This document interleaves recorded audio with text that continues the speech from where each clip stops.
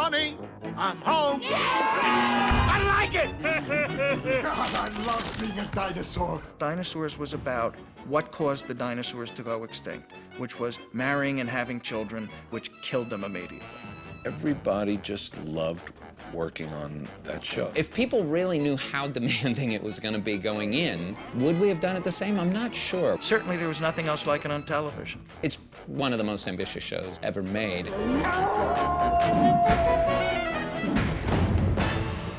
It started with Jim and I having lunch and talking about this idea.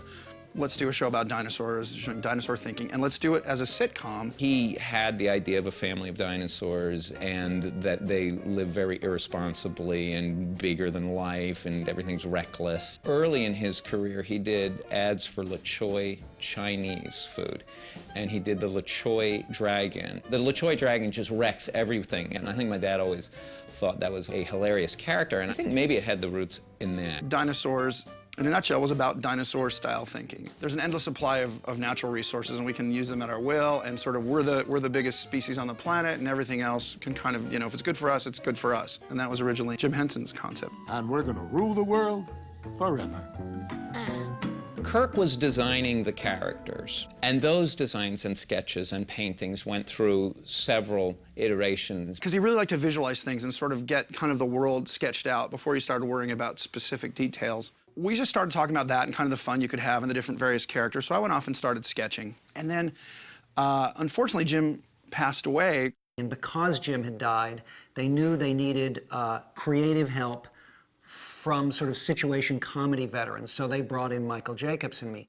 What I wanted to do was be able to tell contemporary stories using the dinosaurs as a frame of reference. I think that's what it was about. I mean, it branched off from all the different aspects of that, from the environment to political things to war, but it was, again, this sort of old-fashioned thinking. You could attack issues much better when the characters are not quite human. We are required by our Constitution to let the voters think. They have a choice.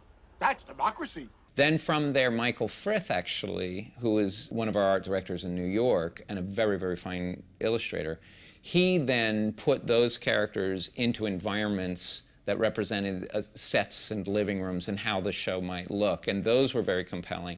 Dinosaurs arrived at a really interesting time on television. At this point, comedy was flourishing, and ABC had their TGIF evening. The Antediluvian Broadcasting Company now begins its broadcast day. Luckily, ABC agreed to make 13 of them because it was a show that you could never pilot the way that we wanted to do it. I think at one point we calculated how much a pilot would have cost, and it was like $6 or $7 million. You had an entire creature shop that doesn't exist in any other situation comedy.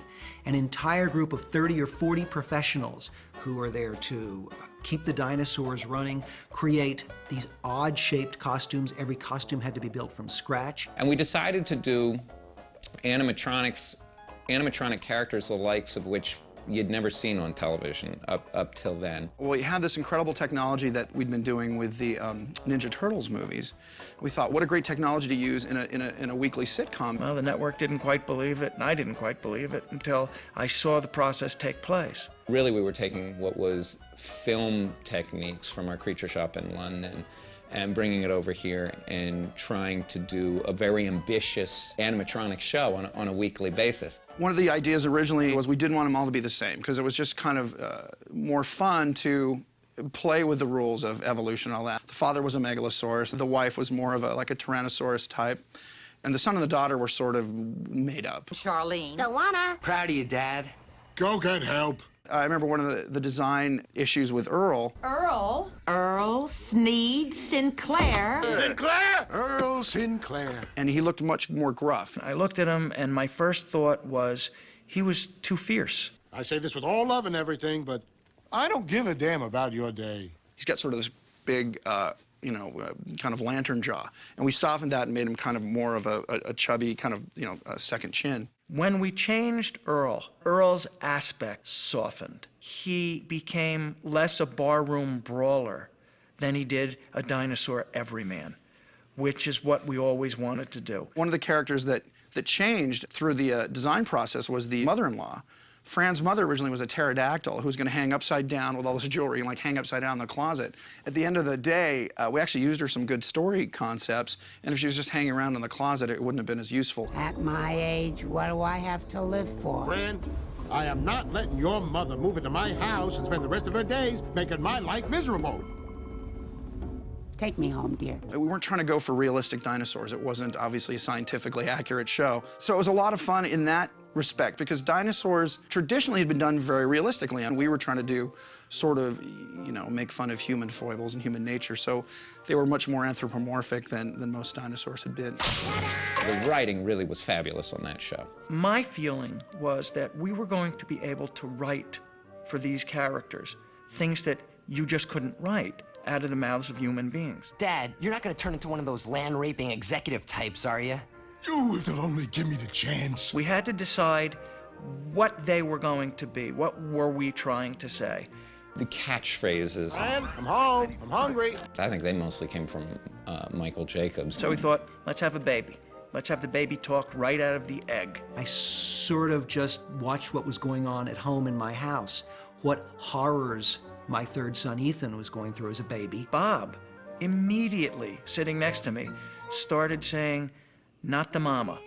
Not the mama! Not the mama! I really wish you'd grow out of this. Well, that's great, catchphrase number 1. And Bob said, I'm the baby, gotta love me. Hi, I'm the baby, brand new, just out. Gotta love me, come on, gotta love me. And we were off and running with this character. The creating of the dinosaurs themselves, the original build, that first build, was really primarily in England. So the characters were built over there. And then once they were here, the show stayed here. And they started by sculpting the characters in what we call maquette form. What a maquette does is you can do it over a small sculpt of a human with the right human proportions and know, okay, this is a design that works physically, but it's going to weigh 200 pounds. Once the designs and the maquettes have been made, we then have to work out how we're going to actually make the characters. We'd start building on both the suit, i.e. the neck down, and we'd start sculpting the head. The heads were where all of the electronics were going to be. And then there's really like a football helmet inside there that the actor will wear that holds all that, and all that's coming off of the head. You can see the different eye mechanisms. These are eyelids. This particular character, performer inside, was able to see out of the mouth. That's where the eyes, his eyes were inside there. It also has a headphone so that they can listen to the puppeteer that's operating the face. And there's a microphone as well so that he can communicate. It's just kind of like wearing a football helmet with a face on it. In the case of the head, that's molded, and then we cast out a foam latex rubber skin.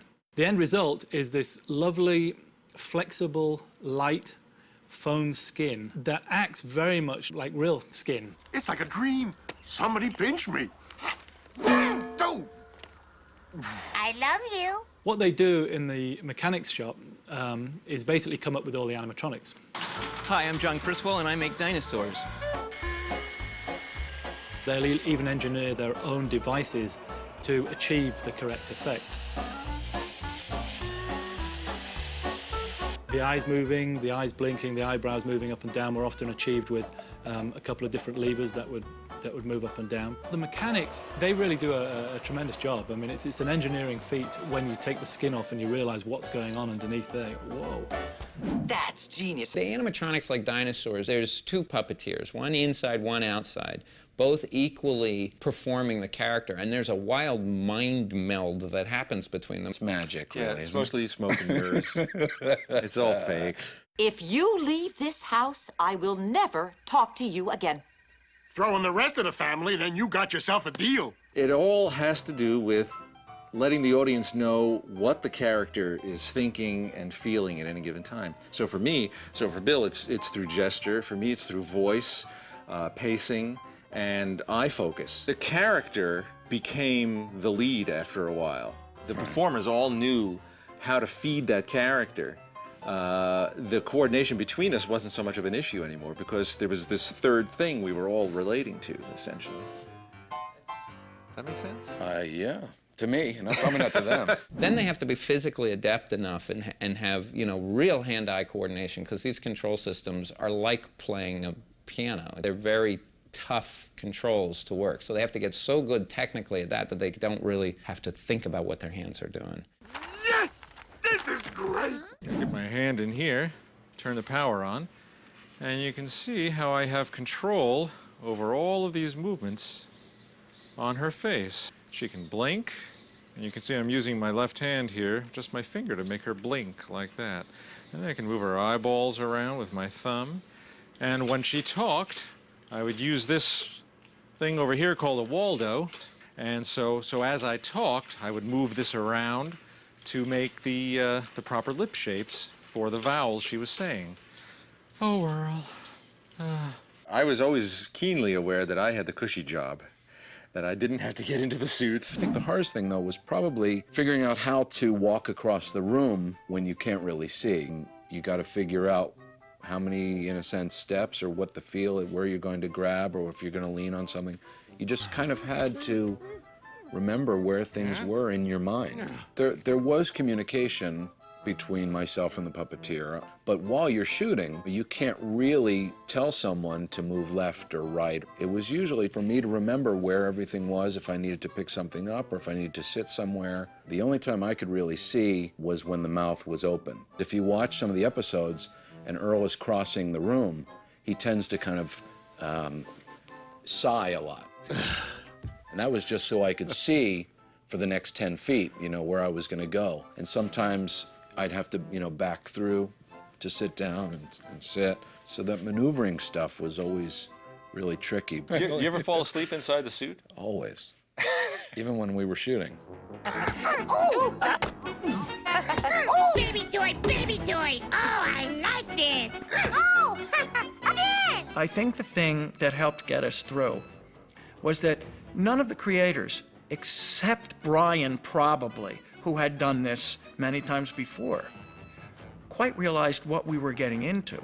It was almost an impossible shoot to anticipate how the day's shoot would go. All of a sudden, there were hammers and nails and stages being built. You had smoke everywhere, and you had these gigantic, lumbering beasts, 6, 7, 8 feet tall. We were constantly being barraged by variables. Bob and I had to go, oh yeah, we understand completely what's going on here, and we'd go back to the writer's room and go, what the heck is happening here? Oh, I'm so confused.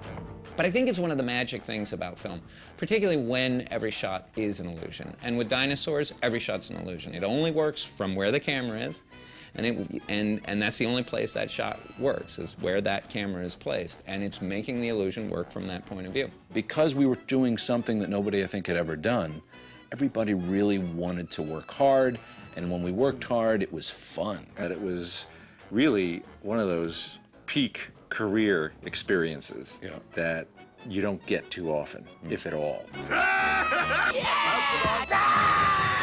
Nighty-night. The camera. Oh, yeah. We didn't know there was a camera.